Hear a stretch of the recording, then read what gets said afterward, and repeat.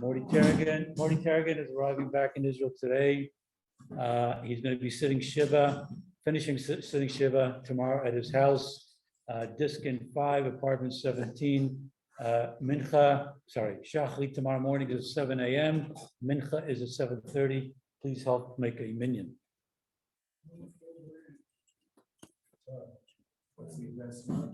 Huh? What happened to our minyan? Where? 517. Erev Tov, everyone. Chodesh Tov.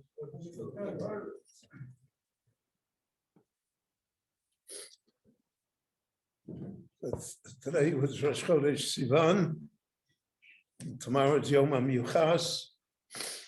And then we have the Shloshet Yimei Agbalah. And then we have Shabbat. And then we have the Yom Tov of Shavuot. So wonderful week, Baruch Hashem, upon us. One of the interesting traits of the Jewish people is that when we have holidays, so to speak, that do not carry with it any special mitzvot. So we have two such holidays. One is Shmini Atzeret. The only mitzvah there is Oyisach Somer. And the other is Shavuot, that has no particular mitzvah associated with it, unlike Pesach or Sukkot or Rosh Hashanah, Yom Kippur. They have special mitzvot that characterize the day. And here there are no special mitzvot. So the Jewish people who have a holy instinct have substituted for mitzvot minhagim, customs, behavioral patterns that now characterize the Yom Tov, that now make the holiday unique and special and identifiable to us. So on Shmini Atzeret, the Jewish people created Simchat Torah, which is Kulo Minhag. But because of the fact that it was so universally adopted, it enters the realm of halacha as well. Shavuot, also, the Jewish people created minhagim that are also mentioned in the Sifrei Halacha. The Ramah, when discussing Moshe Isserlish, when discussing Shavuot, he quotes the minhag to eat machale chalav, to eat dairy foods, even though on Yom Tov, it says v'samachta b'chagecha ve'im simcha ela b'basar v'yayin. So the halacha requires that we eat meat on Yom Tov to be mekayim simcha, and b'zman hamigdash we ate from the korbanos that they brought, the Olasriya, which was completely destroyed, but then the shlomim that they brought. Here we eat dairy foods. Now, one of the most fascinating things is to try and trace the origin of minhagim, why they began, what lies behind them.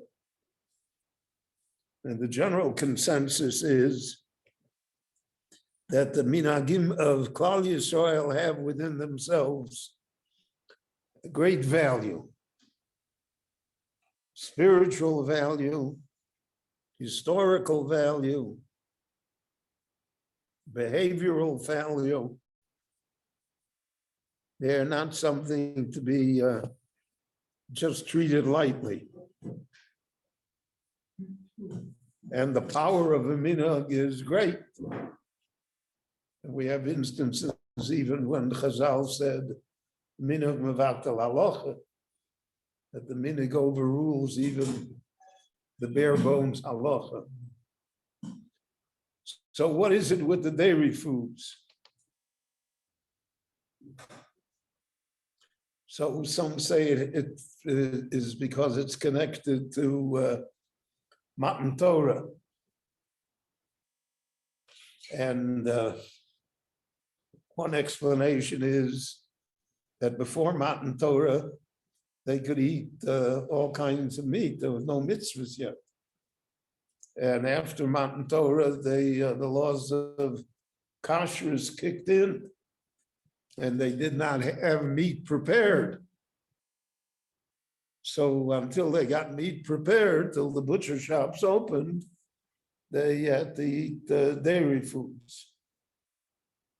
And others say because it says dvash v'cholov tachat l'shonech, that the Torah is like milk and honey under the palate of the person, in the mouth. So that's a reference to Matan Torah. Still others say it's a reference to Avraham Avinu and the Malachim. When the angels came, he gave them milchiks and fleishiks.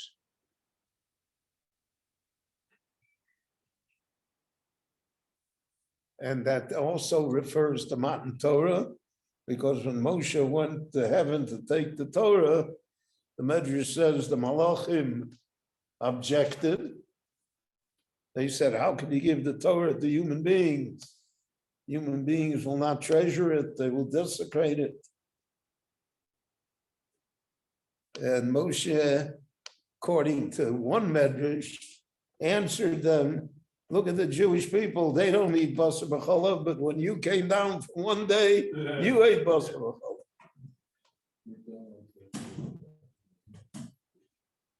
Now, none of this, like everything that I say, none of this is to be taken literally. But the concepts are here. So one of the customs is to eat dairy on Shavuot. There are different customs within the custom. Some eat one meal dairy, the night meal. Some eat a dairy food and then wait a half hour and then continue with a meat food.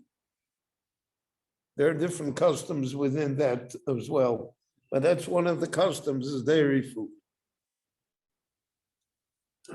There's a second custom that's associated with the holiday of Shavuot, and that is that we decorate the synagogue with plants and flowers. Again, the scholars of Israel attempted to identify that with Har Sinai. That when the Torah was given, Har Sinai blossomed, so to speak. Har Sinai is in the middle of the Sinai desert. There are flowers that grow in the desert even today, but the desert is not noted to be a place of flowers. And nevertheless, they say that Har Sinai was surrounded by flowers, by plants, at the time of Har Sinai, at the time of Matan Torah.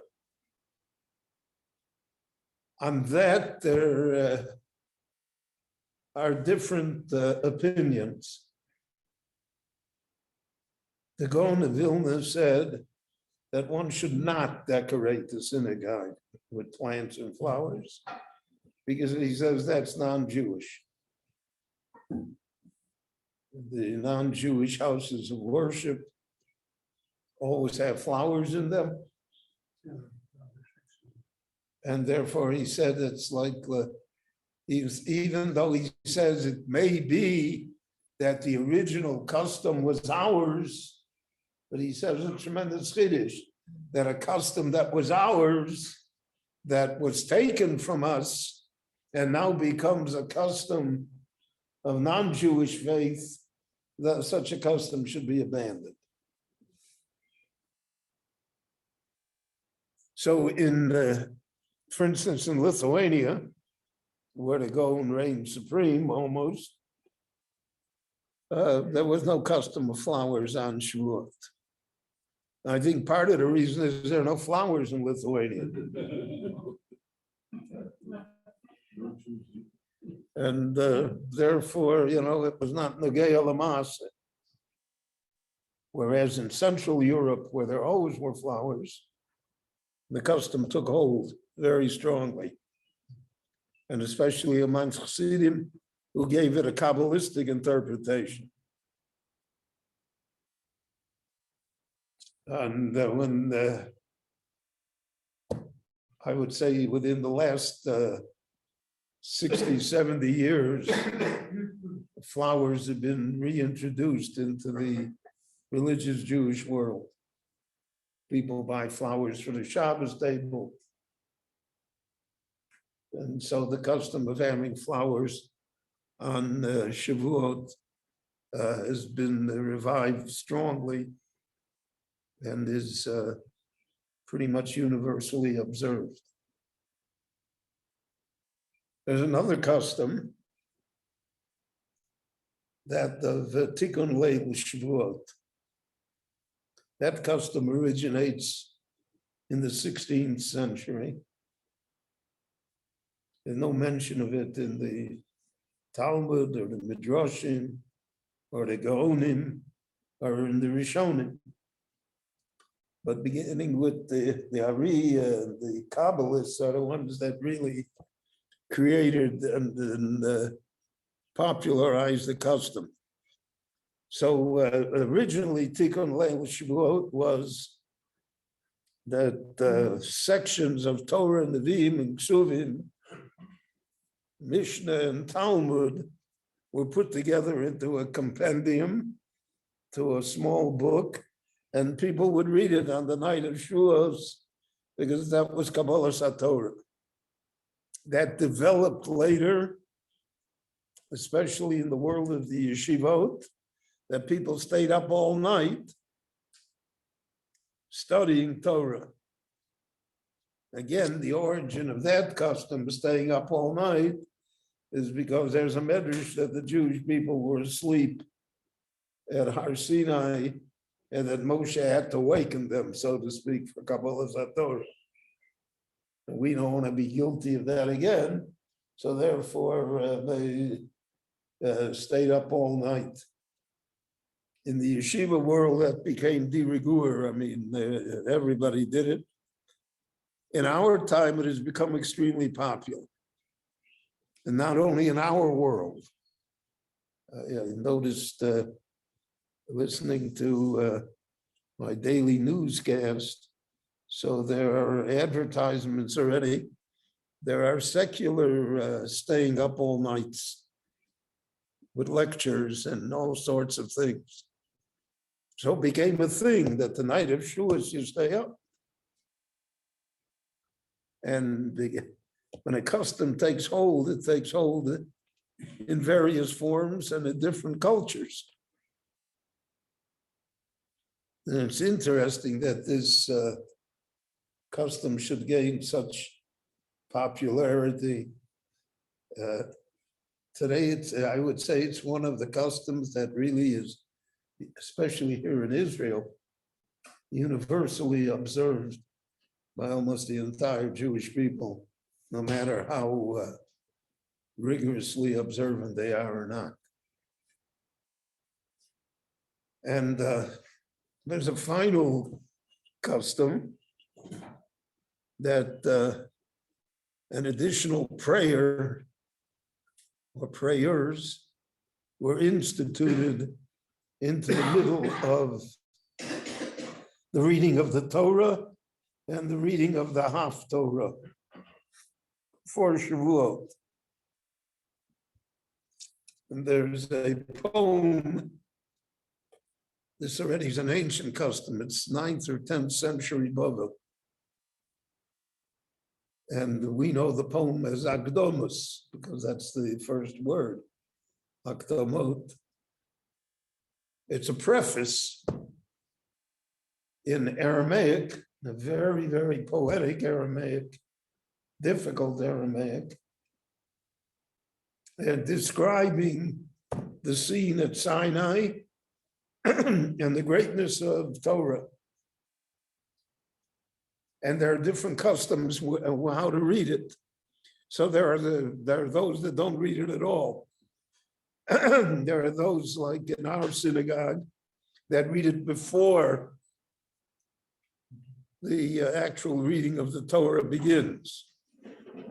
There is a custom that the Kohen first makes the bracha and then it's read.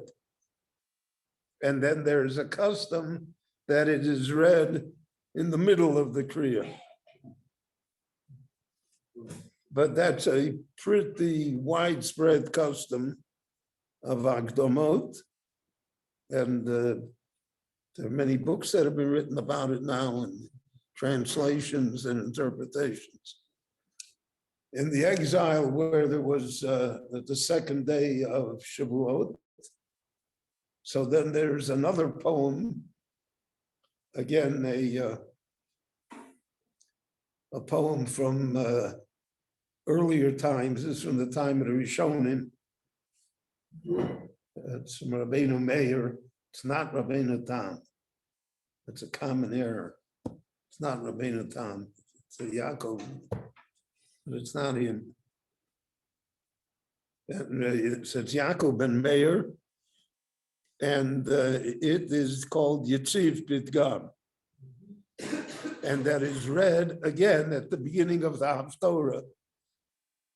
The Haftorah of the second day of Yom Tov, Tfilah L'Chavakuk. We don't have it here in Israel. So here in Israel, there are congregations that recite Yitziv Pidgam on our day, and there are many congregations that have eliminated it completely. But these are all customs that were introduced in order to give a certain body to the Yom Tov. That somehow the Yom Tov should have its uniqueness. Because to tell people to be happy, that's wonderful, but no one knows. I don't know which button is the happiness button in me. And to achieve something spiritual is not easy. And therefore, we always needed physical aids, so to speak, to be able to accomplish these things. Shavuos didn't have any. It was the day by itself. So Klal Yisrael, in its holy instinct, added all of these layers of customs that made it memorable and that made it unique and that remain today inspirational in order to make the Yom Tov so special. Rabbi Chananya ben Akash Yomer Rotzak HaRivorach L'Zakas Yisrael V'chicha Chirba Lahem Torah Mitzvot Shenemar. I don't know if I've heard from